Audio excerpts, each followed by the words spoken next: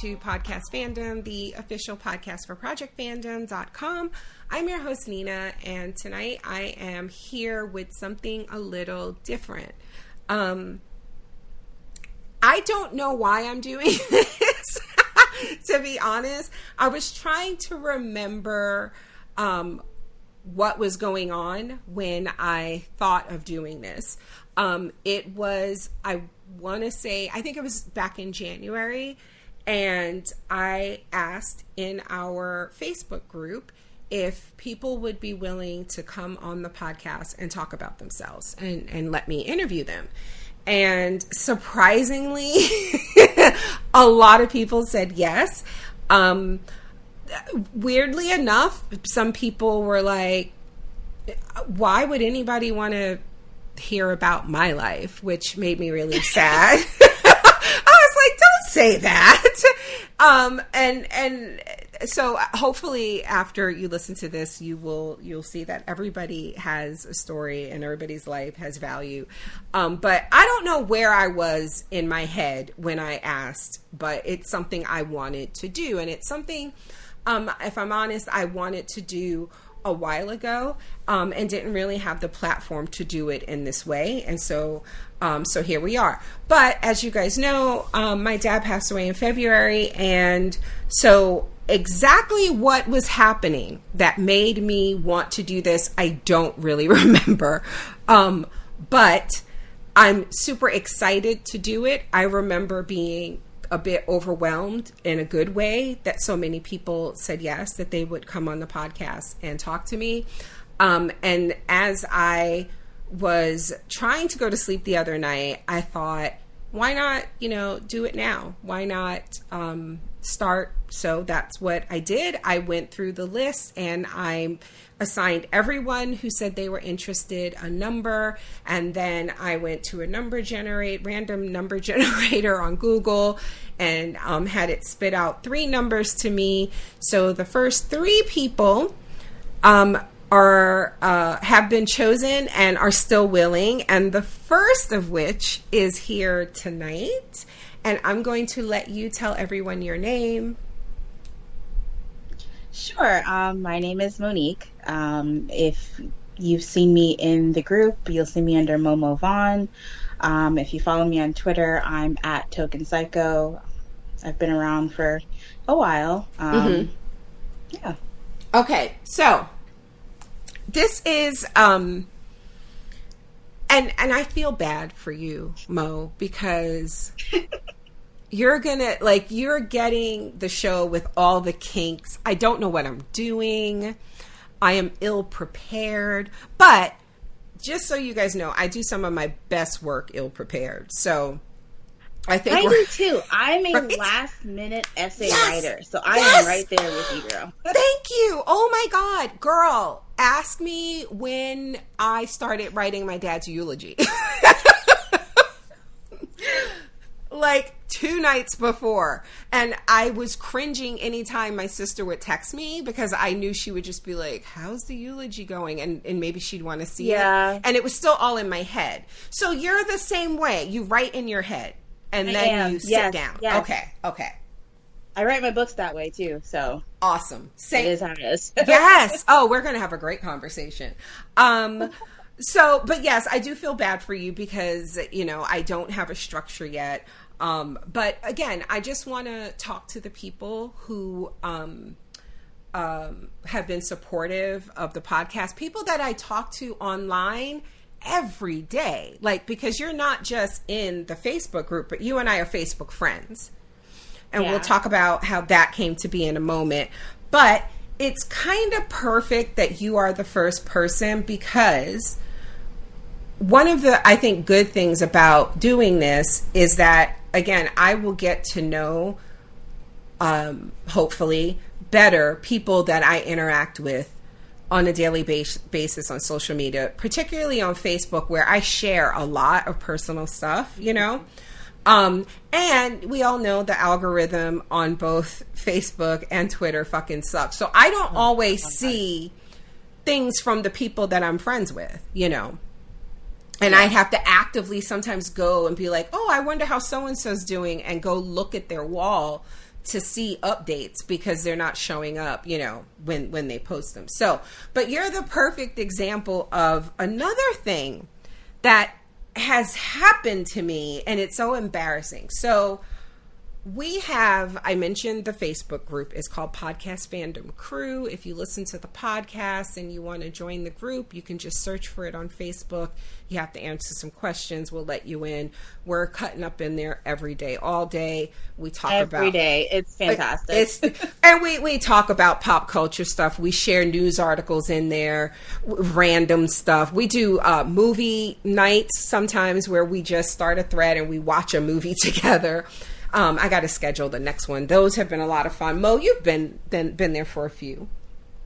Yeah, right? For a few of them. Yeah. I think the most recent one I did was Megan. Which was great. Yes. So I hang out with people in there, and ideally, mostly the people in there are people who listen to the podcasts or used to, or at some point or whatever. And then of course, some people that I know that fall into both categories that are just like family, friends, whatever. So I'm on Twitter and I have my handle is my name, and author Nina Perez. Now you said your Twitter handle. What is it again, Mo? It's at Token Psycho. Yes. Okay. So, and then on Twitter, so that's your that doesn't change, but we can change our display name, right? And what is your display name typically? Typically it's Momo Yubari. Okay. So I have been on Twitter and I have about 4 women, all are Black, I believe, who follow me on Twitter who have Momo in their name, either in their actual @ handle or their display name like you have, right? And there was a point where I have had this happen most famously where I have been talking to somebody on Twitter for months and did not know that she was somebody who I knew her real name. I was friends with her on Facebook, and she wrote for my website. Oh no. Crystal. Yes. I never knew they were the same person. Right. So I've had that happen more times than I care to mention. But in this one particular case a few months ago, I noticed, or I had noticed over some time, that there was one person in particular who followed me who was very annoying. And she, and I will say this, and I'm going to be as nice as I can be, but it would just be like, I don't, in text, it's hard to read tone and stuff. So, but I felt like she could never get the tone that she was a corrector of things that didn't need to be corrected and some other stuff. So she was just she was annoying to me. And it got to the point where I was just like, ugh. And her name had Momo in it. Now, your profile picture that you currently use on Facebook, or the one that I associate with you the most, is a very kind of close-up of your smiling, very pretty face, right? Oh, thank you. Yes. Yes. And you are a Black woman. Yes? I am. Yes. Okay. So this person had a photo that was similar to yours. Not even so much that I thought you looked alike, but something about their photo looked, you know how you could tell when somebody has like a photo of it was the angles. It was the angles, and it also looked like... It was the angles. It looked older, and I thought maybe it was like her mom or your mom. You know what I'm saying? I thought... So, my point is, you guys, I thought this annoying person on Twitter was you. Was Momo. Was my Momo. Was Monique, that's here tonight. And I could not understand why you were so delightful on Facebook, game night, movie night, but you were such an annoying twat on Twitter. I was like, how is this possible?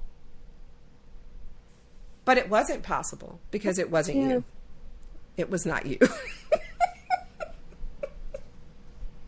Girl, if Donnie wasn't like such a good friend of mine, I wonder if you would have ever figured that out. Like, yeah, because I actually at one point showed him. Like, I was like, who is that? Like, at first I just showed the picture. And he's like, I don't know. And I said, do you see the name? I was like, is that our Momo that we play games with and stuff? And he was like, I don't know. I don't think so. I was like, what is her Twitter handle? And so it got to the point where I posted that on Facebook. Like, I didn't want to call you out. And but I told I was like, I wonder who's annoying Nina. And it was not you. Oh, you, but not you. Yes. Yeah. So, oh my God. So, but this is why, like, and then it happened again recently. And I don't know if I should say the friend's name because they might be offended, but it's someone that I'm sure you know that you've seen in the group. And girl, she said something to me on Twitter a few weeks ago. And I was like, oh, wait, that's you? Like, I did not know. I just didn't know. Oh, man. You incognito people, you make it hard. Yeah, that's true. That's true. So, all right. So we're going to start with the basics. Okay. Very, very basics. How old are you, Mo? I am 33. 33 years old. Where are you from? I am born and raised in Boston, Massachusetts. Really? Yep. How was the racism growing up? So, because I feel like Boston has special racism. Am I wrong? So a lot of people think that. And I would say that though I've experienced racism, I don't think that I've experienced it more overtly here than, say, somewhere like New York when I had like some terrible interactions with the police down there. But no, so I really stick to like the Black neighborhoods in Boston. I don't really venture into South Boston or Charlestown or anything like that. I went to school in Southie, and while it wasn't great, it wasn't as bad as like, you know, some people have like terrible experiences and they're like, I'll never go to Boston again. Like I've never, you know, felt like that. Okay. Like this has always been my home, and I've always been surrounded by so much culture, and I've just been able to experience a lot just being around my neighbors. So this is Boston. That's the only place you've lived? Well, it's not the only place I lived. I lived in Springfield, Mass, for maybe 3 or 4 years when I was younger, but I've always lived in Massachusetts. I always lived in Massachusetts. My life has been in Boston, yeah. You have no accent. You don't sound... What I'm trying to say is you don't sound like a Wahlberg. I understand, and a lot of us don't. So the accent that you hear... the typical Boston accent, usually you'll hear like the Irish people and the Italians. So they're in like South Boston, they're in like Charlestown, so like movies like The Town and stuff. That's Charlestown. Like the Black neighborhoods, you're not going to hear it as strong, but it is there. Like when I get a little riled up, as embarrassing as it is, like it does come out sometimes. But Hobbit, yeah, did I do it right? I don't ever sound like that, but I do drop my R's sometimes. But my family, my great grandmother is from South Carolina, so a lot of my family members are Southern. They just like moved up here. Gotcha. So my mom, I think she moved up here maybe when she was like 4 or 5. So I like our generation of like cousins and stuff, we were like the first ones that were like born and raised here. Gotcha.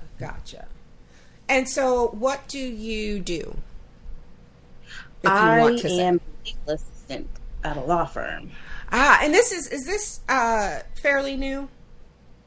It is. It is. I just got this job in August. Before that, I was working as a 911 operator.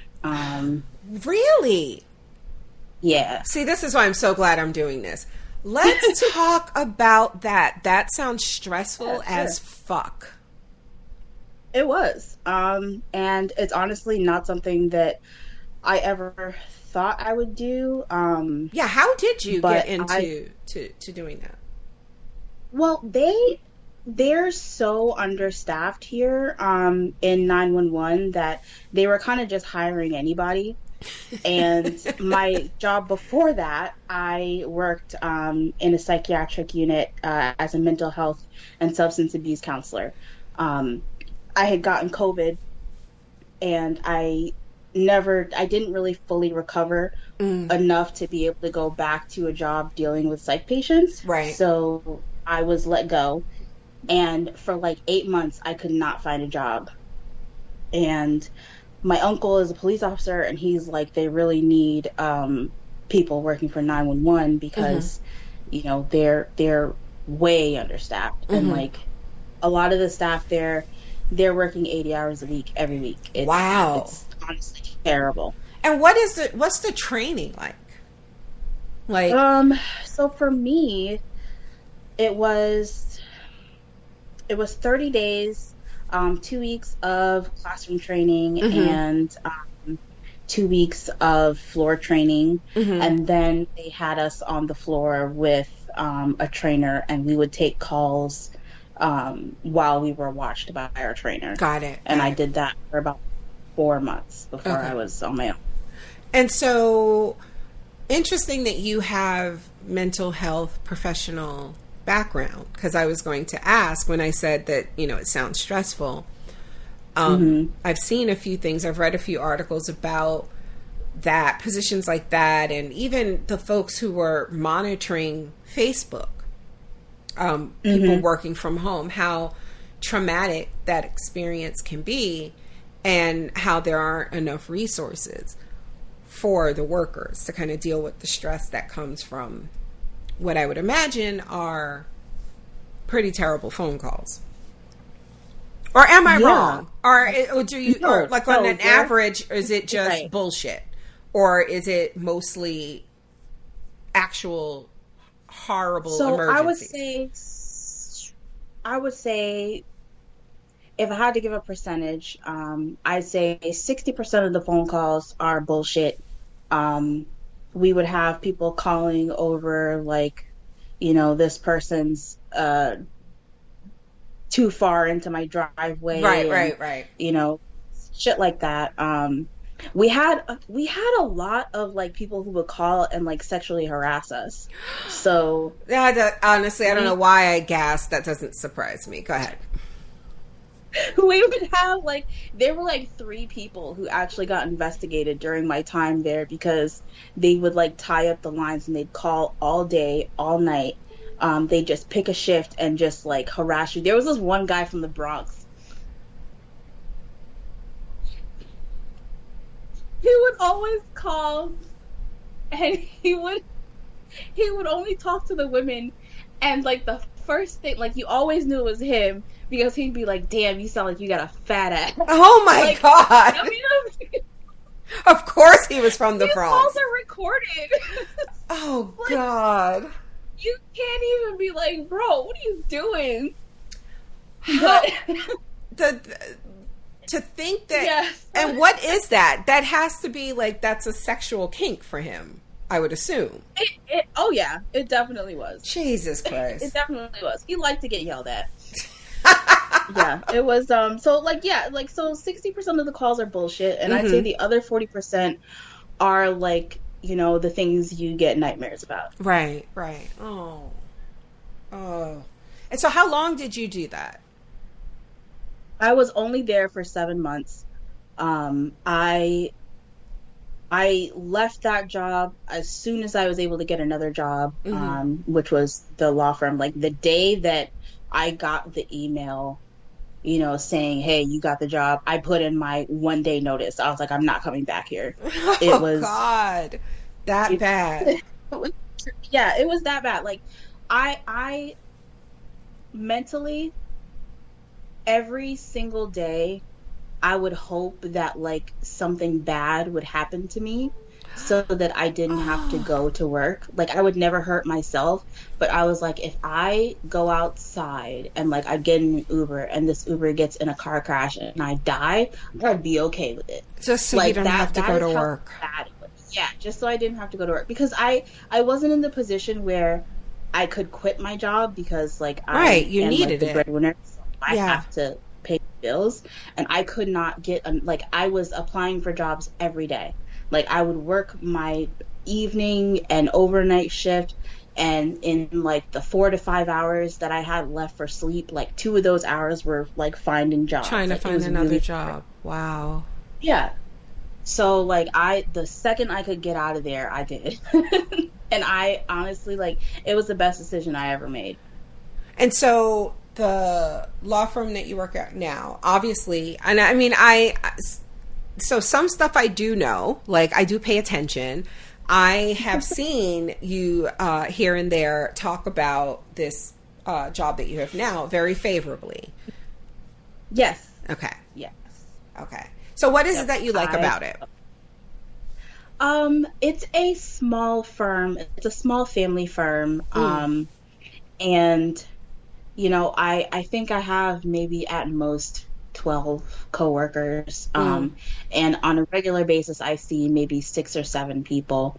And they're all like super, super nice. And it's just like, when I worked at 911, one of the hardest things about that job, like on top of the job itself being so stressful, it was like being in a tank of piranhas. Like nobody liked each other.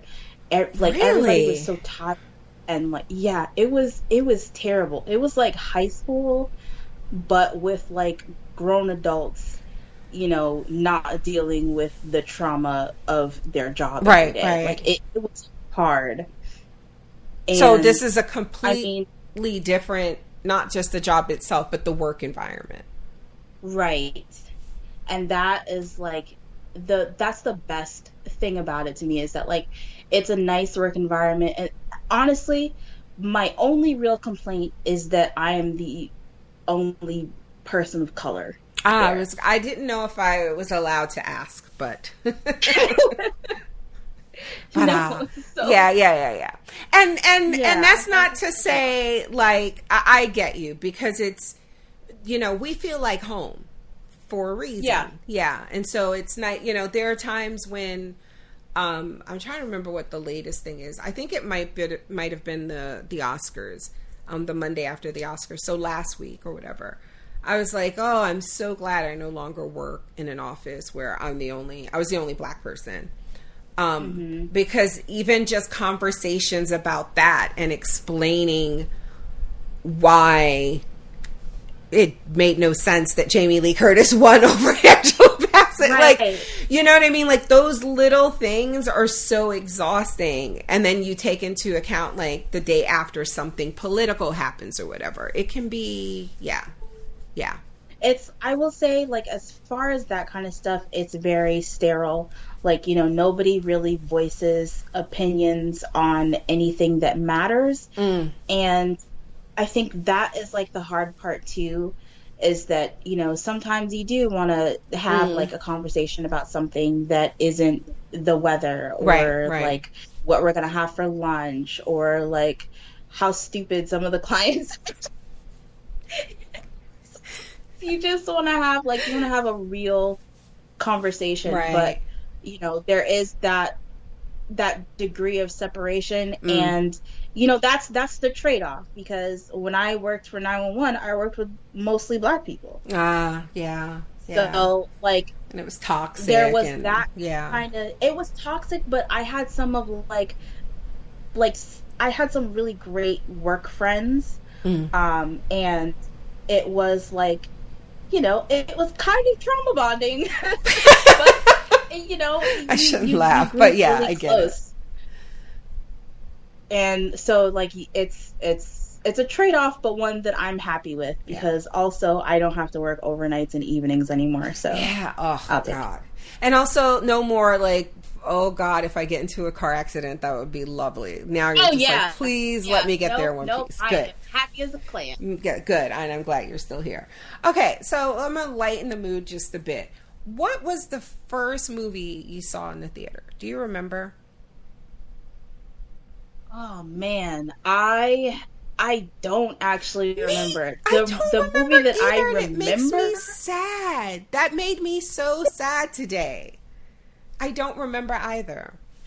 Can't remember. The earliest that I can remember is going to see some Pokemon movie with my father. Because it's like one of the few times that I saw him when I was a kid. So like that's the one that I remember, like the earliest. But as far as like first, I have no idea.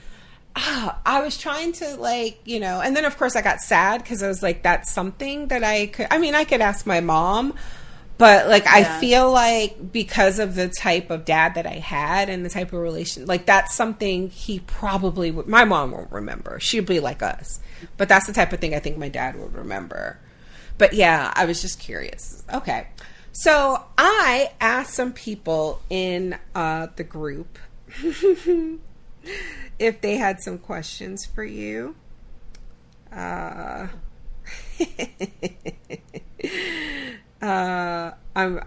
honestly, oh my God, Grey's Anatomy has been renewed for season 20. Really? Yeah. Wow. 20. Okay, hold on. Let's see. Okay, so so we already talked about this, but Rashawn asked, how long was it before you realized that Nina thought that other Momo who was driving her crazy on Twitter was you? Bro, I found out when everybody else did. Yeah. I remember the first post. I was like, damn, I wonder who it is. Like, I was like everybody else. Like, I wonder who it is. Like, who is being like a snot on Twitter.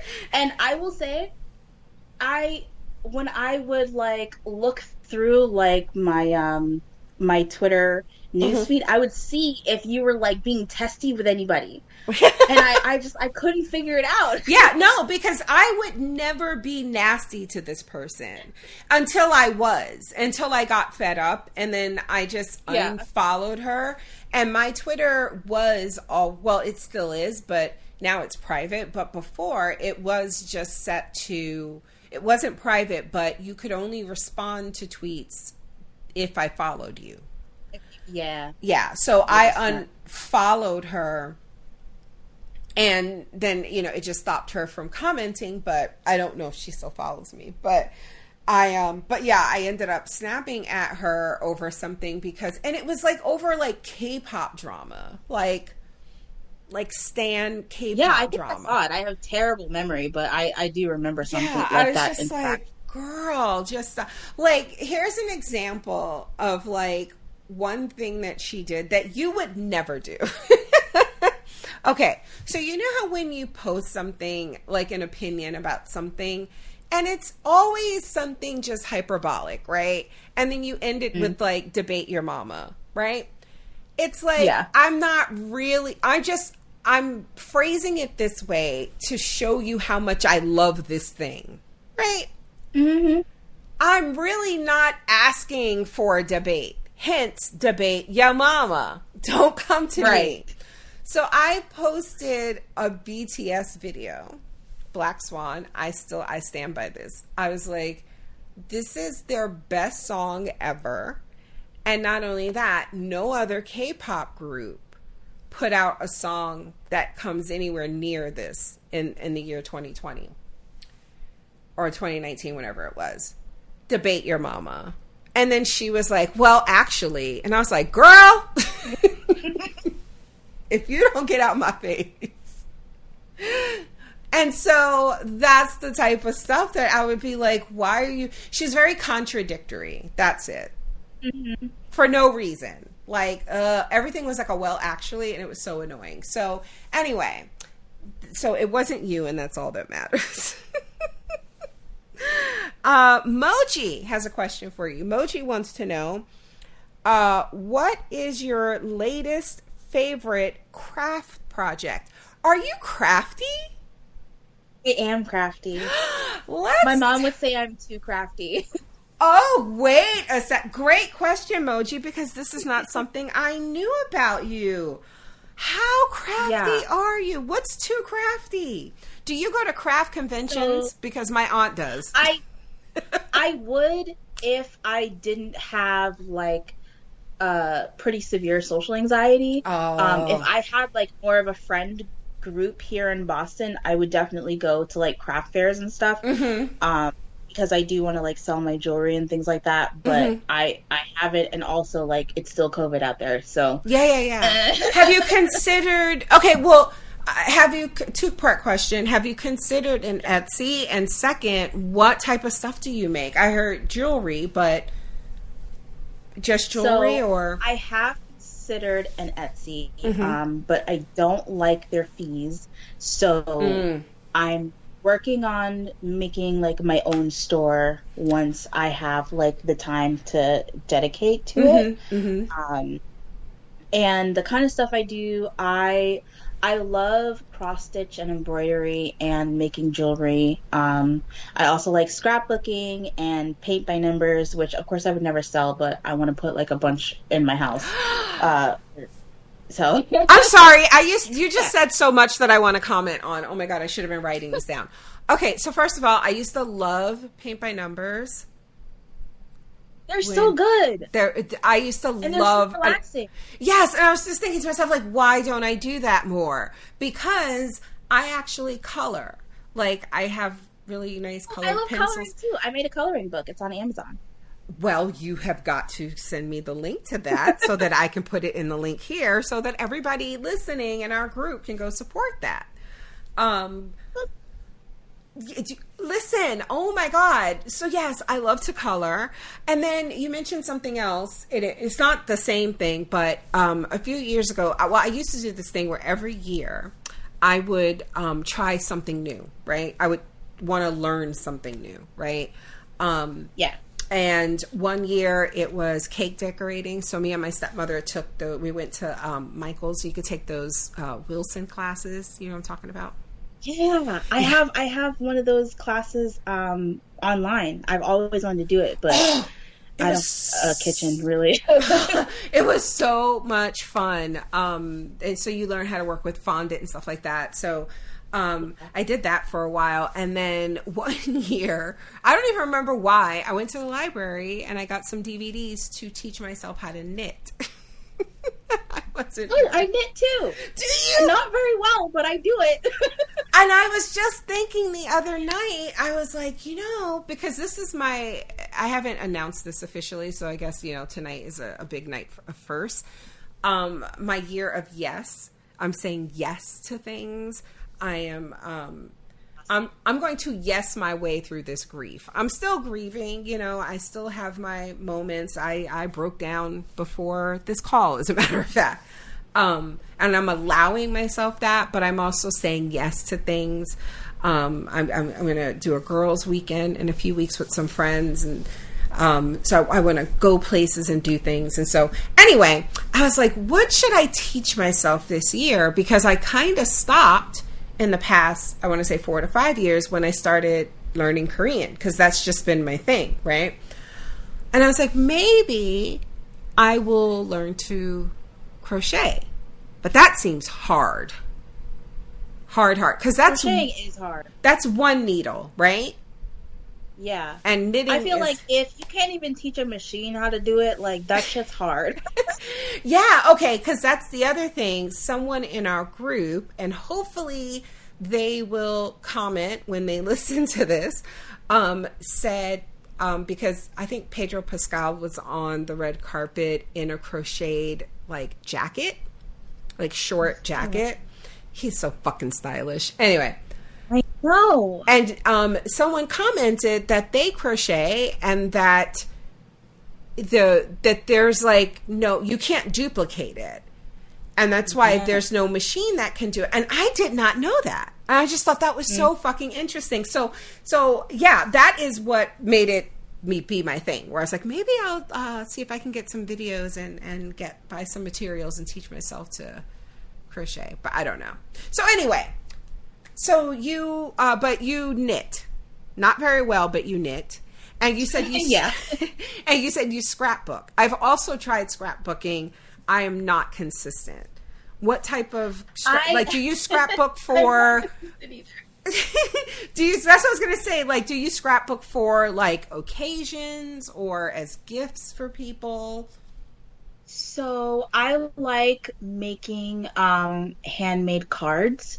So I have like stuff to do that, but I also like to do this thing called found poetry.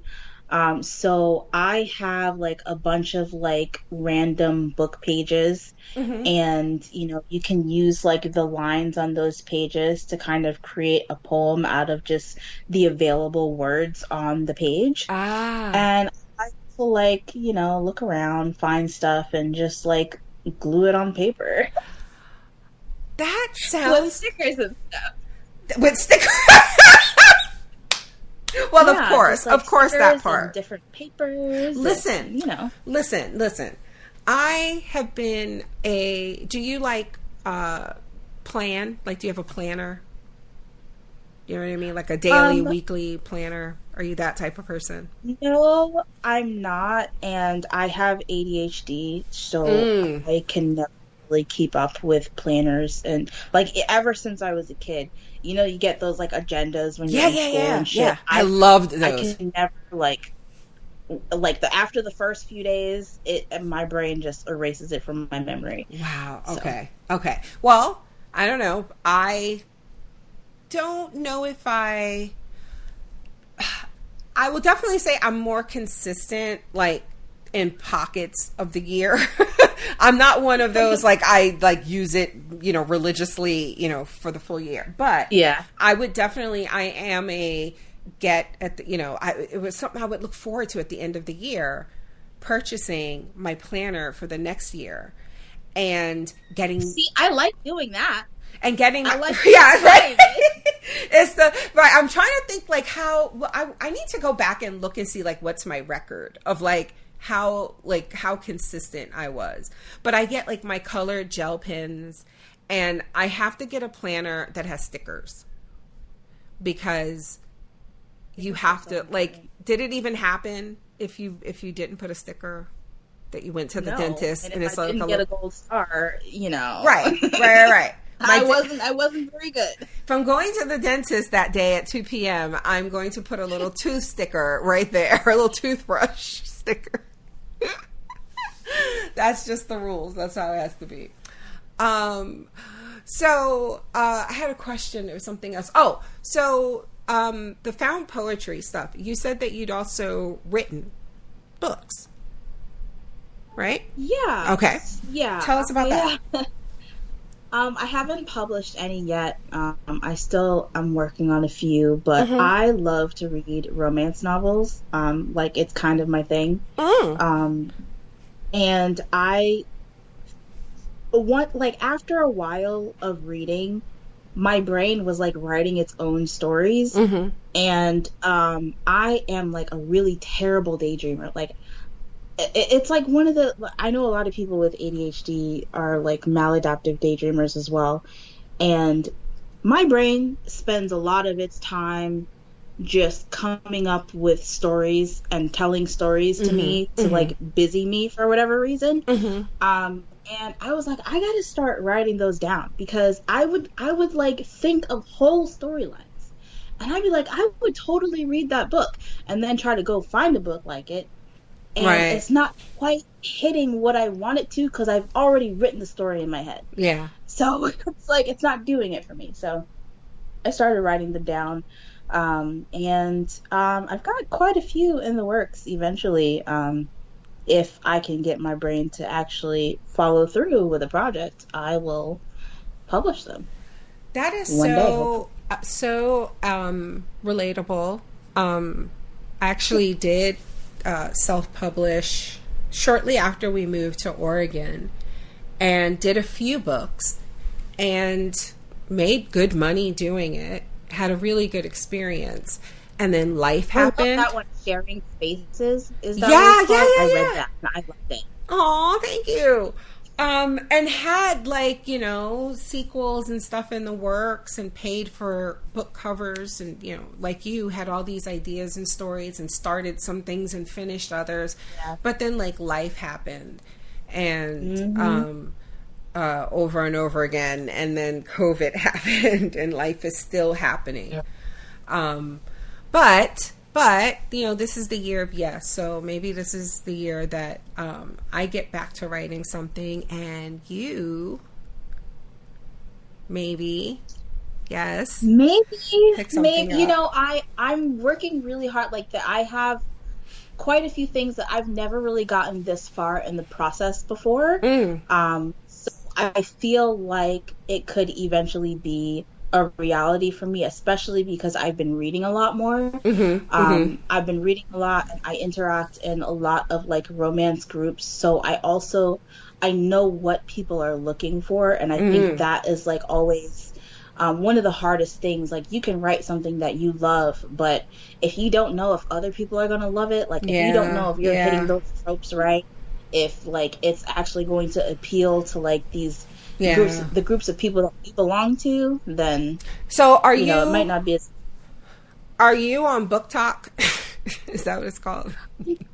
I am, but let me tell you, Book Talk is not where it's at as far as for me, as far as like romance and like smut, like shit like that. They make the worst books go viral. Like if I have to see another Colleen Hoover TikTok, I'm gonna be really annoyed because I don't feel like Colleen Hoover writes romance, but the Book Talk girlies really push her as a romance author. It drives me crazy. I don't know, like I'm so old, first of all, and so out of the literary loops, the online conversations, that I get the Book Talk news once it hits Twitter, which I think might be too late.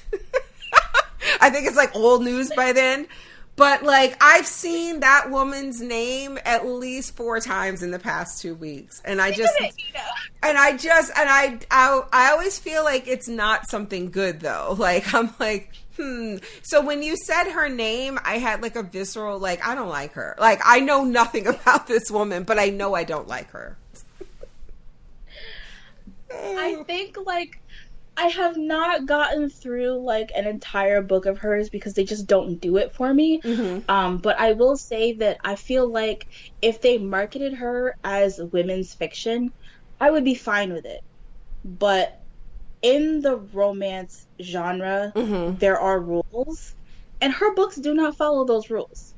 So, like, it's not what I'm looking for. Like, if I'm looking for a romance, there are some things that, you know, as a romance reader, you expect. And if I just, she don't give it to me. Like, it's not what I want. I have another somewhat related, awkward Twitter story. A few months ago, there was a tweet, you may have seen this. There was a tweet going around, I guess viral, and it was basically this thread of Black folks talking about cringeworthy interracial romance novels. And like, I think I saw it. Oh my gosh. And it was like, it was... I'm going to be in so much trouble after this. It was, you know, stuff like really, like stuff that, I'm like, I can't come up with an example, but basically stuff where like, you know, she's letting him call her the N-word, or, God, I like when he like grabs my lace front, just weird shit, you know, like real cringeworthy shit, right? That never like puts the Black woman in the relationship in the novel in the best light, right? And it was like screenshots of people like on TikTok, like how much they love that shit, right? Like all these black women, like, you know. And so at first it was I think I saw some of them on TikTok. I didn't see the Twitter thread. See, I'm old. I don't see it see, you saw it when it happened. I probably saw it 2 months later on Twitter. Oh no, that's because I spend way too much fucking time on TikTok. I can't make the good brain chemicals myself, so I let TikTok give it to me. Like, fair enough. But yeah, they were like, they were basically, and to be fair, like, they were admitting to liking it, like, guilty pleasure type stuff. But by the time it got those screenshots made its way to Twitter, they were being dragged. And so on the one hand, I was like, it's just black women liking things, like, you know, yeah, it's kind of cringeworthy or whatever, but one of the jokes, like, they took like a screenshot of like some cringeworthy shit in one of the novels, and somebody that I follow retweeted it and said something really fucking funny, and I was this close to retweeting it, and something said, Nina, double check that name, and sure enough, the black woman who wrote the book follows me on Twitter. Oh God. And I almost retweeted. Oh, man. And it hurt my soul not to retweet it because it was fucking hilarious. But I had no idea that she wrote books like that. Yeah, I just knew that she was a fellow author. Yeah. I can never go back on Twitter after this drops, huh?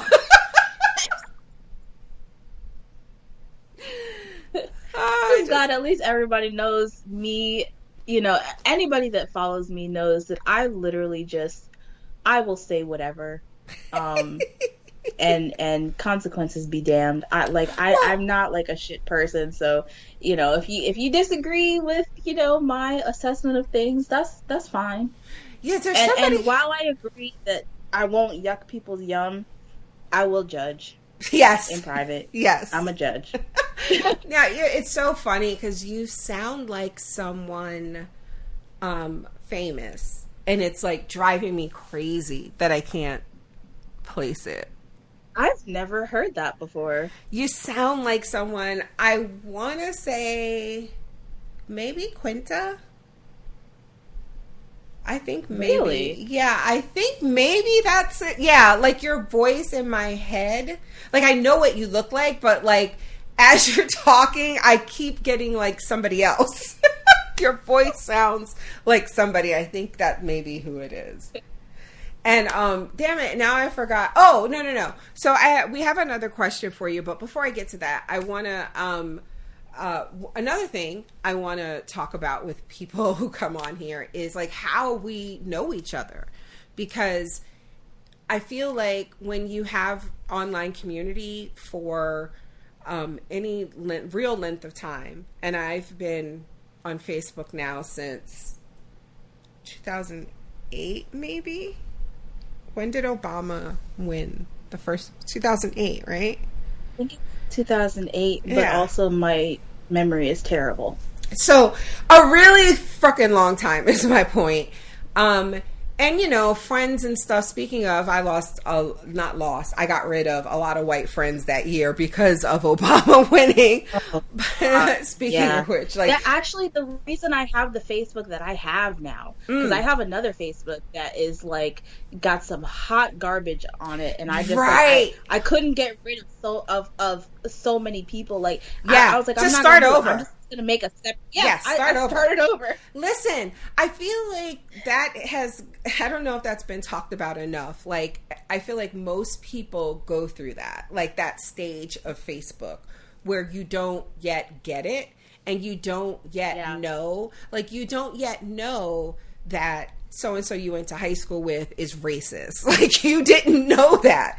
And Facebook is where... Because I went to school in South Boston, but I get it. But you know what I mean, right? It's like you start seeing different sides of people, and then you realize definitely that not only that, but like you get to see what their aunties think and their cousins think, and it's like, what?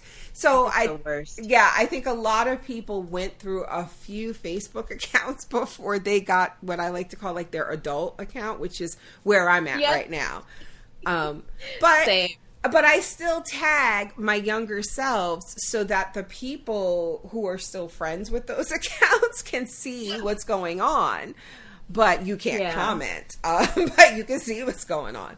Smart.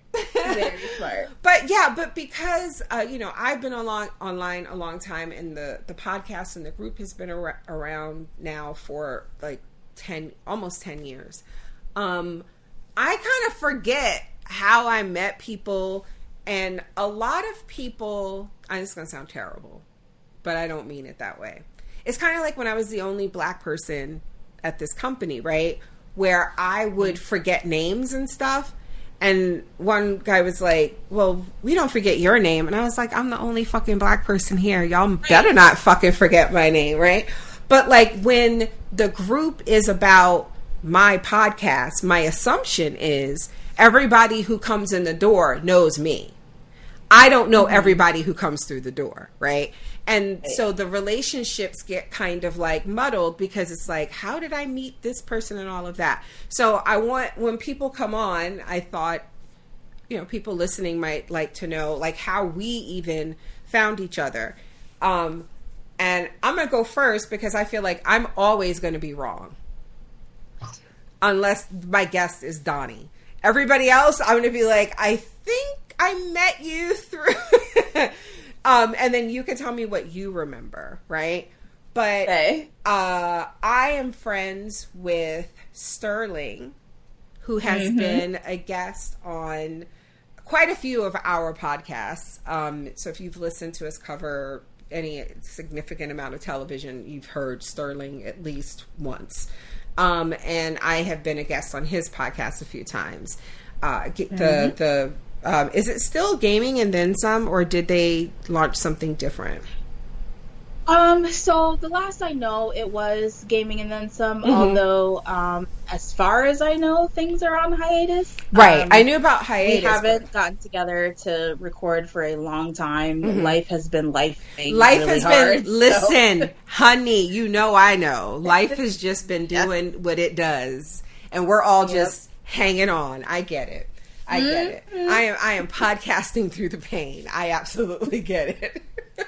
But yeah, so I'm friends with Sterling and his wife Quita, and I think I know you because you're friends with them.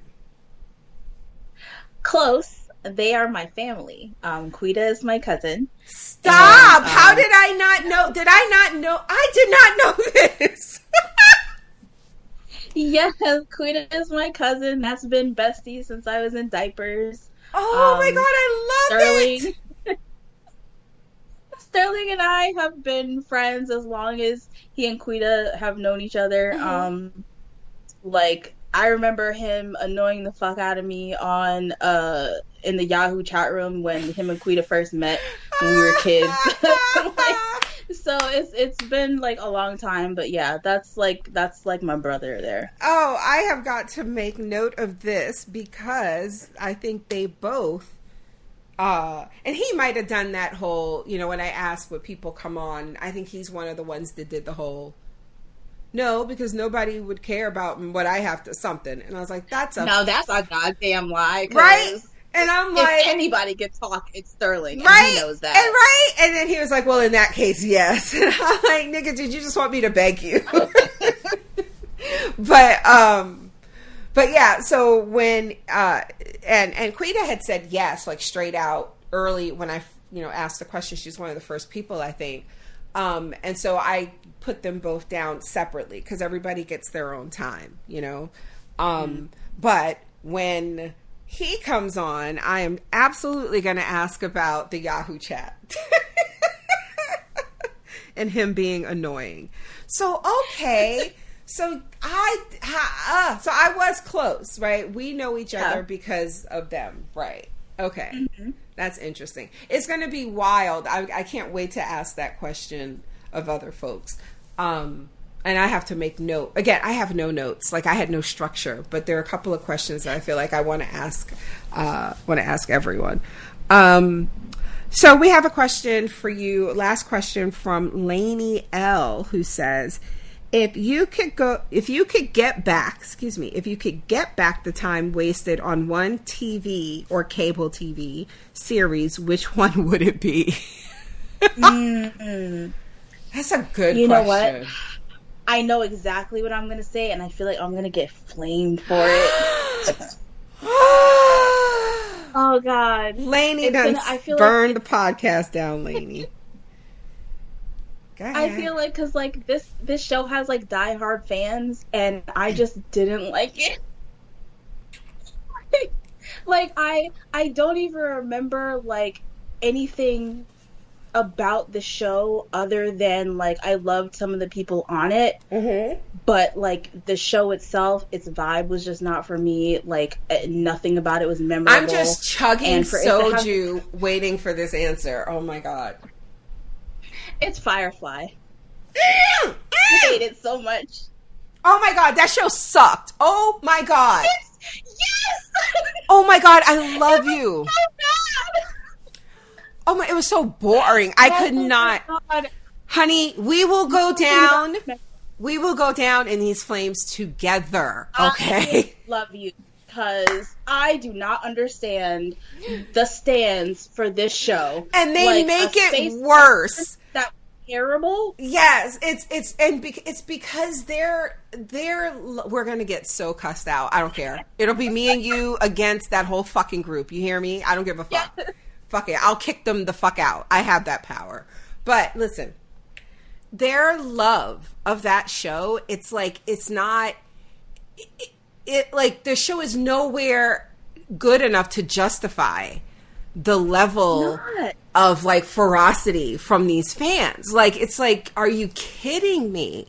It was rightfully canceled. Stop. Yes, absolutely, 100%. Like, I honestly don't remember anything about it other than I think that's where I first saw Gina Torres and was like, wow, okay, I think me. But did you watch Angel? I barely. That was around, like, the time that we didn't really have TV. Like, I was poor growing up, so missed out on, like, a lot of the, like, cult stuff from, like, the 90s. Gotcha. 90s and early 2000s, but yeah, I didn't really watch it. Yeah, because I asked because she was on that, and I feel like that's, like, one of the first things I remember her on. I was, like, really big into Joss Whedon shows before, we found out he's a piece of shit. But yes, that show, absolutely terrible. So, but wait a second. So you watched the whole thing? Like, you're way more qualified, because I could not even finish. I couldn't even finish it. Nina, I don't remember anything about that show, and I watched all of the episodes. That's how bad it was. My brain is like, no, we don't do that. Yeah. We don't do that. It was so dry. I just could not understand why. And it's one of those shows where I finally just gave up. Like I said, I couldn't. I tried several times because I thought maybe it's me. Maybe it's me. It's not me. No. There's another show that is like that for me that now I don't know. I'm like, you might not, I don't know. You might not go there with me and then I'll be getting flamed alone. What is it? But you remember I had your back for Firefly. Yes. Okay, The Expanse. Hey, I could not finish. I tried, but yes, thank you. I couldn't do it. Me either.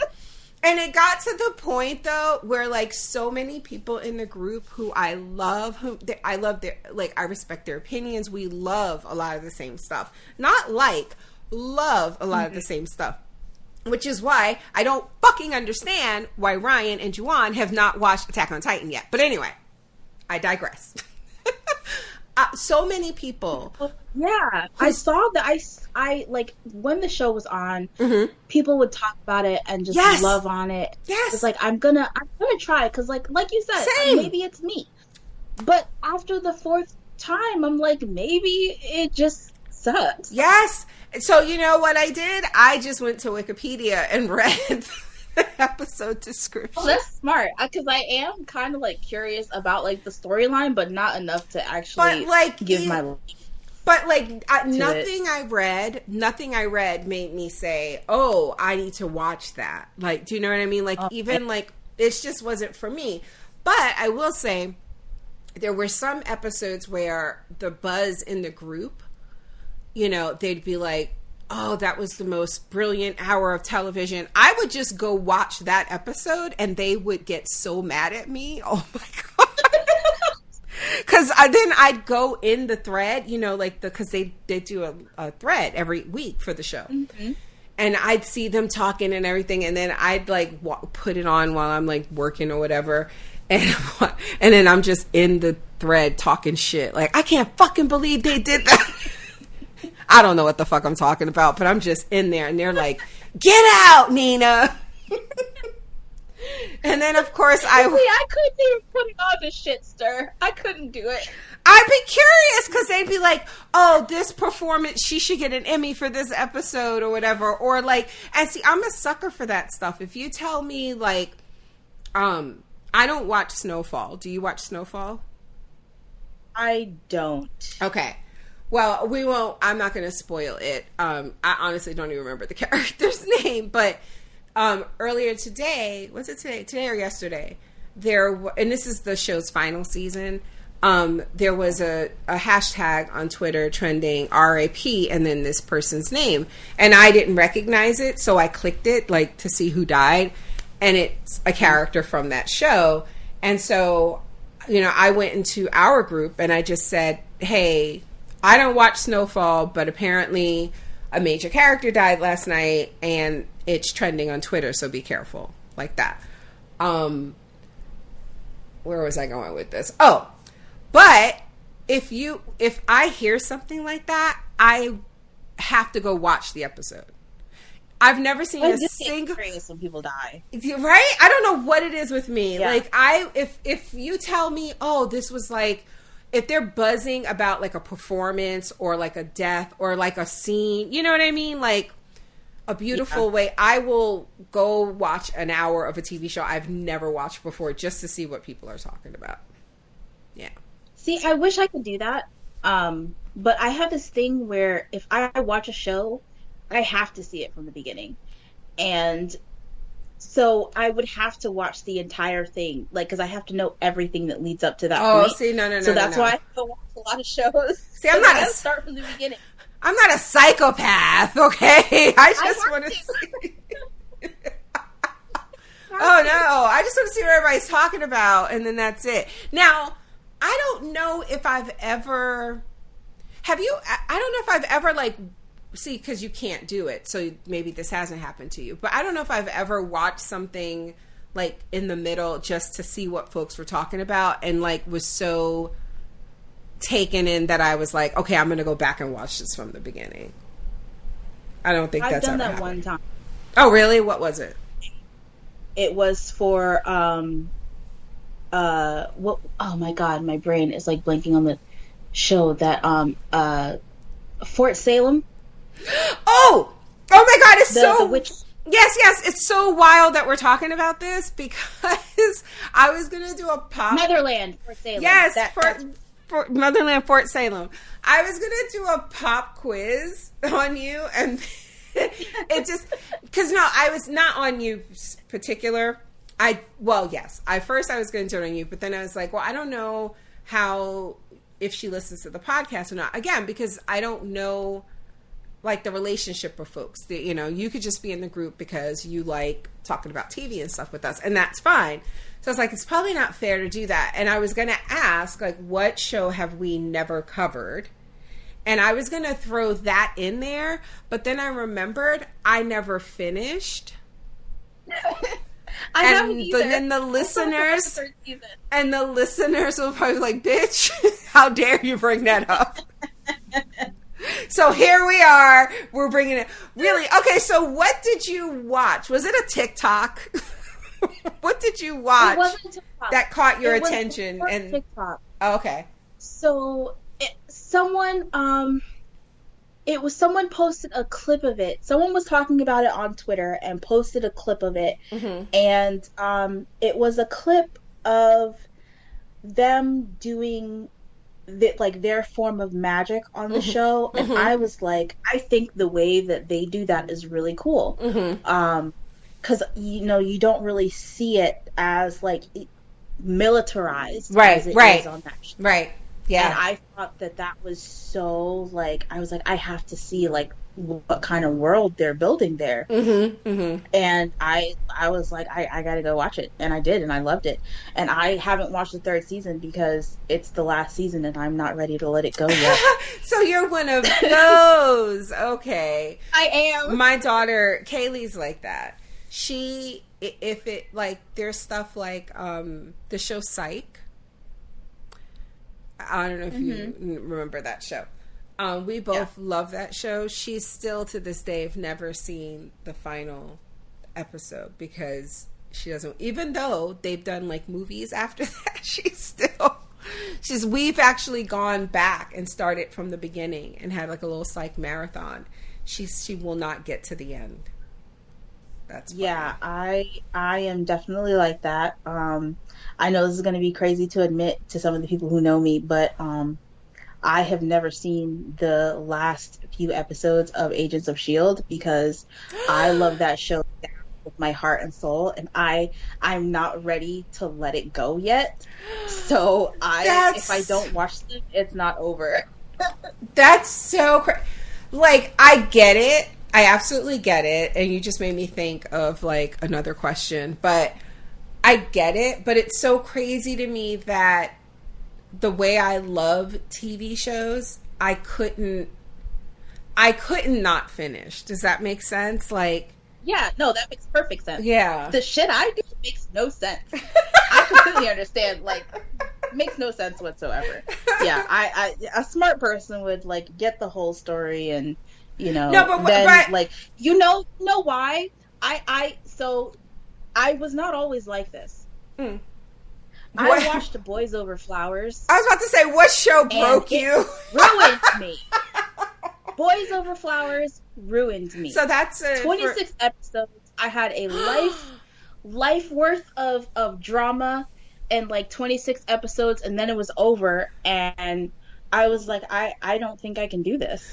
So, for those who don't know, that's a K-drama, a Korean drama. Oh, and it's one of the, like, if you've been thinking about getting into K-dramas and you haven't before, we've covered a few on the podcast. We're going to continue to. It honestly, besides the fact that I think the ones we picked to cover have been great television, it does help with my language studies. But if you're looking to get into K-dramas and you ask someone who knows for recommendations, you will undoubtedly be recommended Boys Over Flowers. Like, I heard, as a matter of fact, I heard the name of this K-drama before I even started learning Korean, watching one of like BTS's variety shows. And they were just like talking about, just iconic K-dramas. And they were playing like a game where they would hear songs and they'd have to guess what K-drama it was from. And so there's even like an iconic song, I guess. So that's what she's talking about. I haven't gone and watched it because I have a list. It's on my list. When I finish one and I want to start another, not for podcasting, just for my own binging, it just hasn't grabbed me. And I will admit, I think it's because it's older. I feel like I'm that with my anime. Like, Kaylee wants me to watch some anime and I'm like, that animation is too old. It feels too dated. I can't. It does. It is dated, and I think also, if you're not into like high school level like drama, like Mm. just ridiculous, high school shenanigans, Yeah, then yeah, you yeah. won't enjoy it because it's very like it's young. Um, My best but friend is like that. I tell always her watched. my best friend, I tell her she loves her teen angst shows. If Yes, it has teen yes, angst, she loves it. She loved her some I teen didn't angst. I Dawson's love it. Creek, I live for it. Felicity, she loved all that stuff. Yes. I could not. Yeah. Okay. Yep. Okay. Fair. That's a good warning. Thank you. Okay. Yeah, that's not for me. I like dark. I like serial killers. Me too. Love You them. know, I need Well, that type probably of shouldn't stuff. say that, but yes, You I know, find find it even interesting. in the romance stuff that I watch with, because I'm Yeah. not big on romance, but even in the romance kind of heavier K dramas that I watch, they typically have like a dark storyline subplot going. You know what I mean? Like there's typically some other stuff going on that keeps my attention as well. So interesting. Okay, so one last question, and this is TV related. Okay. So, what was the first show? Yeah, you might have already answered this question, honestly, because you said it broke you, and now it scarred you from endings. I get that. So maybe it's the same answer, but do you remember the first show that had you like, I gotta watch every episode? Like, you finish one episode and you just have to watch the next one. And yeah, when it's over, you're just like, what do I do with my life? Like, do you remember the first show to affect you that way? So I will give two different answers. Okay. I will say the first show that I felt like I have to watch it. Mm-hmm. It was like my in my teens Mm-hmm. when my brain switched over from kid brain to adult brain, Mm-hmm. and I watched Law and Order for the first time. Really? I was like, I need to watch every single, because before that moment, and I like remember like the day that I was like, oh, this is interesting. Like my brain had to have changed, because before that I would be like watching like the Disney Channel and shit, Yeah, and my yeah, mom would yeah. come in, and like, because we had one TV, Mhm. and she would be like, Law and Order's coming on, I'm changing the channel, and I'm Uh-huh. like, what the fuck, Lizzie McGuire was on, what are you doing? So it's like going from that to like watching it for the first time, Uh-huh. and being like, I understand like the emotional impact of everything Right, that's right, happening, right. and these stories are so crazy, like, And the twists and I stuff. just have Yeah. to know, yeah, So hold on a like second. I have to know what happened. So hold on a second. I want to say this so I don't forget. Like, I did not realize we were even going to go here, but you reminded me of something. Before Kaylee was born, so my early 20s, she was 24 when I was born. I absolutely used to devour Law and Order, all the franchises of it, and another show called Homicide: Life on the Street. And, Yes. And I think it was TBS or TNT, they would have like marathon. Like, it's all they would play. And if there was like a holiday weekday, like a Labor Day weekend or something like that, that was the marathon. It was either Homicide or it was Law and Order, to the point where I just knew these episodes like I knew my own name. Between those and then Cold Case Files and City Confidential. Yeah. But I know for a fact this is all before Kaylee was born, because I fell out of it when I was pregnant with her. And when she was born, I found it hard for a long time to watch very violent stuff, because I had just brought this child into this world. But yeah, I absolutely, for me, I'm older than you, but I do remember the shift from, like you said, that adult brain, and you start watching different types of TV. Okay, go ahead. Continue with your answer. Yeah. Mm-hmm. And the second answer was like Boys Over Flowers. Mm-hmm. And even though like I watched it as an adult, I had never like I think there was just so much drama just packed into one show. Mm-hmm. And it's like, you have like teen love and like breakups and friendship fights and betrayals and Mm-hmm. kidnappings like I just it's an emotional roller coaster, and then it's just done And then it's done. in Yeah. 26 episodes. Like I Yeah. the first time I finished it, I literally like I remember like, and I also I think this had a lot to do with it too, is I watched it when I was going through like a hard time in my life too. Mm.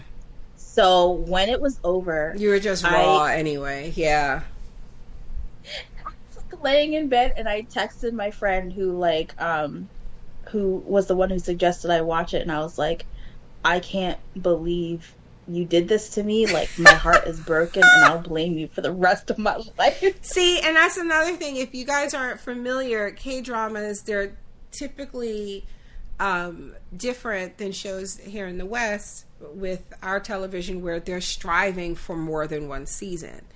Their pitch, people want to keep telling these stories. It's kind of rare, or it used to be. I think it's more common now with streaming services and stuff, but it, for the most part, was very rare to have a show be like, and then if you remember when they started to shift into that, where shows like, no, we just want to tell you the story in 8 episodes, whatever, they would just start calling them limited series.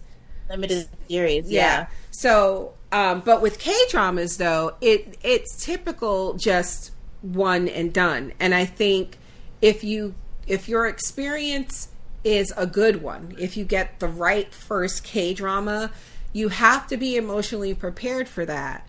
As Mo just said. And I wasn't. and neither was I, because mine was Goblin. Have you seen that one?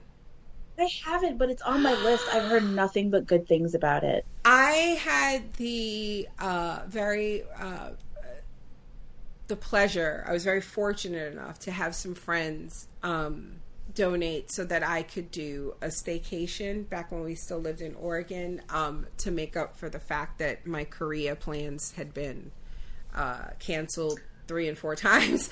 And one of the things that I did, and I, wanted to do in this really big hotel room, this giant king size bed with the big fluffy down comforter, was to just binge this K-drama. And I watched Goblin. And like you, I was absolutely unprepared, because like you said, it's just emotions. Mm-hmm. And then it's done, and then you're like, I'm supposed to go on with my life? Like, what am I supposed to do with this information? Even if you get the payoff where everything is wrapped up, yeah. Like, I now love these people. So exactly. You can't just take them from me. And so my answer to the question that I asked you would have been, the first show to do that for me was Roswell. Really? A show on, it was the first show too that I had. This is back when we were still getting Netflix, the discs. They weren't doing streaming, and it was done when I started watching it, and I was watching it through Netflix, having them send me the discs, and I remember being depressed. And I was blogging a lot on MySpace at the time, and I had a pretty big following. And I remember being really sad and writing a blog about it and just saying, like, I know I feel silly saying this, but I'm really depressed because I spent all this time binging this show and then being in this world, and now it's just done. And and then I had to flip it and turn it into like a happy post. And I was like, okay, you guys give me some. But I was like, but I like this binging shit. So give me some suggestions. And then from there, I think I binged like Charmed and Battlestar Galactica. Yeah. But that's where my binging started. And my first like real like binging investment heartbreak with television was Roswell. Yeah. The original. Wow. I don't think I've ever watched it.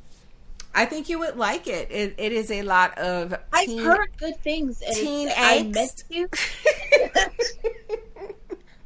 meant to, and it's just one of those things where like I have a terrible memory, especially now after COVID. My memory is just it's not the same, and I don't know if it'll ever be the same. But I like as soon as you said it, I was like, oh, I was gonna watch that. I once feel upon like, a time. yeah, Like, I wonder what happened. I'm telling you, like, definitely now after spending this time talking to you, I'm like 100% sure you would like it. Yeah. If you have time, you should check it out. So, all right. So that's it. I just wanted to sit down and have a conversation with somebody that I talk to online almost every day. Yeah. And get to know a little bit better. And I think that I did. To wrap it up, what is one thing you want people to know? One thing I want people to know,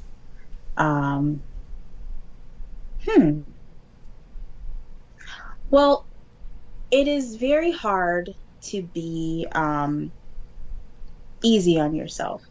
I think being self-critical is one of the things that I have to work on the most. I have unlimited patience for so many people outside of myself, and one thing I'm trying to work on is giving some of that patience back to me. So I think that's important, and people should try to do it.